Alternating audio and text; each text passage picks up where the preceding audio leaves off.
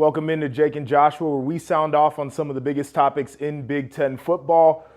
A little bit more of a casual lean today here at the desk. I'm here for it. Let's start off with this one, talking about sounding off. There was a little punt gate situation in the Ohio State-Rutgers game. I was on the call for that one. I had a bird's eye view of it. Jesse Mirko, the punter for Ohio State, sees a bunch of green grass in front of him, pulls the football down, converts the first down. Rutgers was coming after the punt, so, the edge got collapsed for him. They didn't have anybody to force the punt. As he runs out of bounds, Aaron Cruikshank, the returner for Rutgers, hits him. It's about 1.5 yards out of bounds, so it's a personal foul. There's an ejection. Greg Schiano comes over. He's trying to separate some of his players off the pile. Ryan Day's doing the same thing. There was a heated, lively, animated exchange of words on the sideline, some gesturing back and forth between friends. And then at the end of the game, there was a handshake. Ryan Day talked about what had happened there. It was not a called fake punt. Ryan Day would not do that up 39 points in the game. But it did cause a lot of tension. Players' perspective on it, where you at? It was not a called fake punt, yes. But this is something they probably installed in spring. Ohio State runs a rugby style, meaning your punter catches it and he rolls out right. What he's taught to do, because you have time on rugby style, is peek the edge. If there's nobody there, run it. In the heat of the game, you're not sitting there and telling your punter, hey, don't do that thing that we installed 8 months ago. He's thinking in his head, I can't wait for my moment to tuck it and run. I think in our world, we think in extremes. We do. But oftentimes, two things are true at once. The punter made the correct read and tucked it.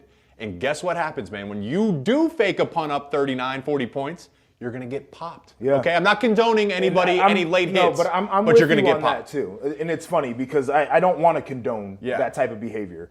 It was a frustration play. It was certainly an unsportsmanlike play that warranted an ejection. 100%. From a player's perspective, I understand why the kid did that because you are frustrated and why are you trying to upstage us here in this game? When we would install our punt blocks, we would always have one guy whose sole job was to force the punt. Yes. Regardless, you are going to create an edge, you're going to force the punt. We're not going to let that happen. So 100%. they were missing that aspect. They're culpable. The other thing that people need to understand too is I have been in meeting rooms where we were getting ready to play a conference opponent. And there was a chance that we could be up by 2, 3, 4, 5, 6 scores by the time the fourth quarter comes around. And none of the conversation ever revolves around what you do when you're up 40 points in a game. That's a bad way to coach a game. Exactly. Because then you're not going to be up 40 points and you're probably going to be holding on for dear life at the end if you try to coach that way. So there's a reason that conversation didn't happen either of, hey, you probably shouldn't do that in this situation. Everybody learns here. Everybody learns here. Greg Schiano, Ryan Day, two really good friends, respected colleagues.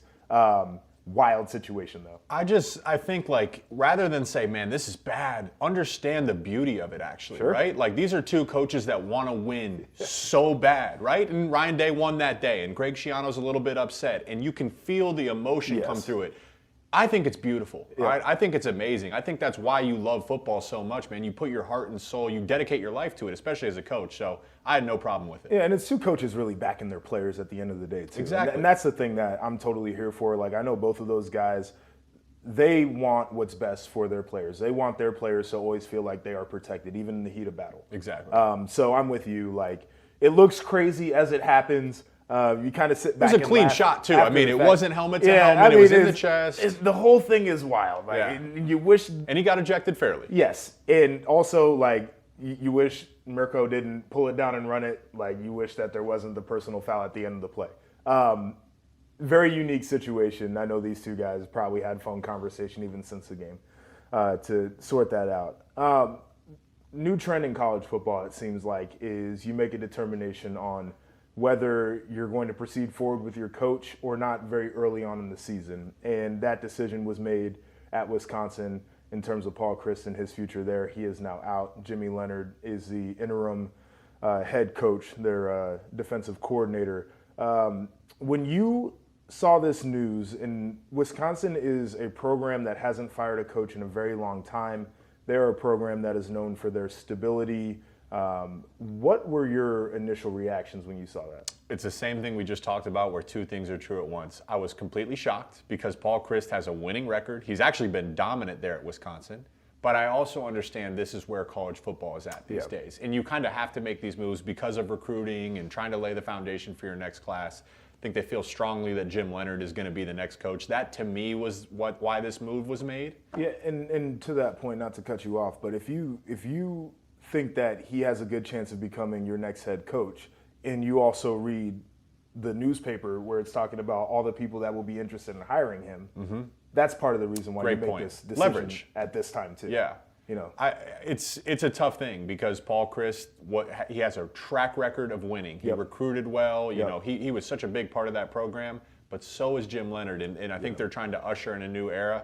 Paul Chryst, you got $10 million plus $11 million buyout. Yeah, I think it'd be okay. But you know, Jim Leonhard, now you have an opportunity. There's a strong foundation there at Wisconsin.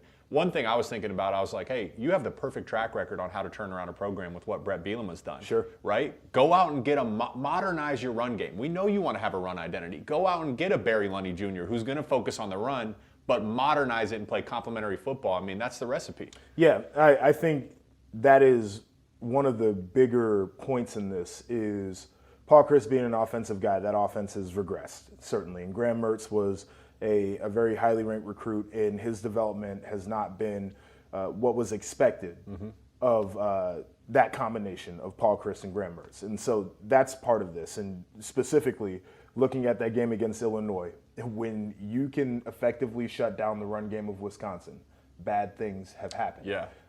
And that goes back a little while. And you also start to look at the direction of the program up until basically 2015 to the beginning of the 2020 season. 75%, 76% of games Paul Chryst won. From that 2020 season up until the point he was fired, they were at about 60%. I know a lot of schools would be fine with that just globally. Wisconsin wants to be better than that. This was a program that won Big Ten championships in 2010, 11, and 12. And they had competed for Big Ten championships many times after that.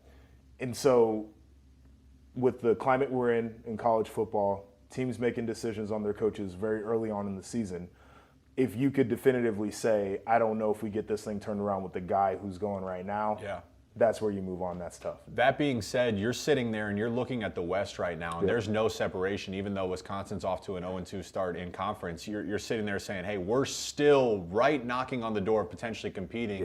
So crazy. You make that decision saying, all right, let's make our players a bit uncomfortable. Let's make people a bit uncomfortable to try to push this bus forward a little bit, see if we can steal a couple games. The way you frame it, and we tried to frame it like this with Nebraska, like, you know, you still got a lot of the season to play, but it always feels like when you fire your head coach, you're punting on the season in a way. And so I'm glad you brought that up. Because unless you have a guy in line, which I think they have. And they can salvage it. But from the player perspective, too, just real quick, like, it's got to be a wild feeling. Like, got to be a wild feeling. Like, your locker room's upside down right now. I don't think you had to deal with it. No. But I was there for the Brady Hoke, Jim Harbaugh transition, and even though they didn't fire Brady in the middle of the season, when we played you guys back in 2014, we knew we knew that was probably the last game that we had as a staff and a team, and it was different, man. Being in those meetings it felt sad and it felt tough, you know. But listen, that's the price of this game too. That's why you work so hard to avoid these kind of feelings, you know. And sometimes you lose, and these things happen. The price of the game. That's a book that you should write. I think you should write that book. Would you co-author with me? Absolutely. All right. Yeah, let's do that.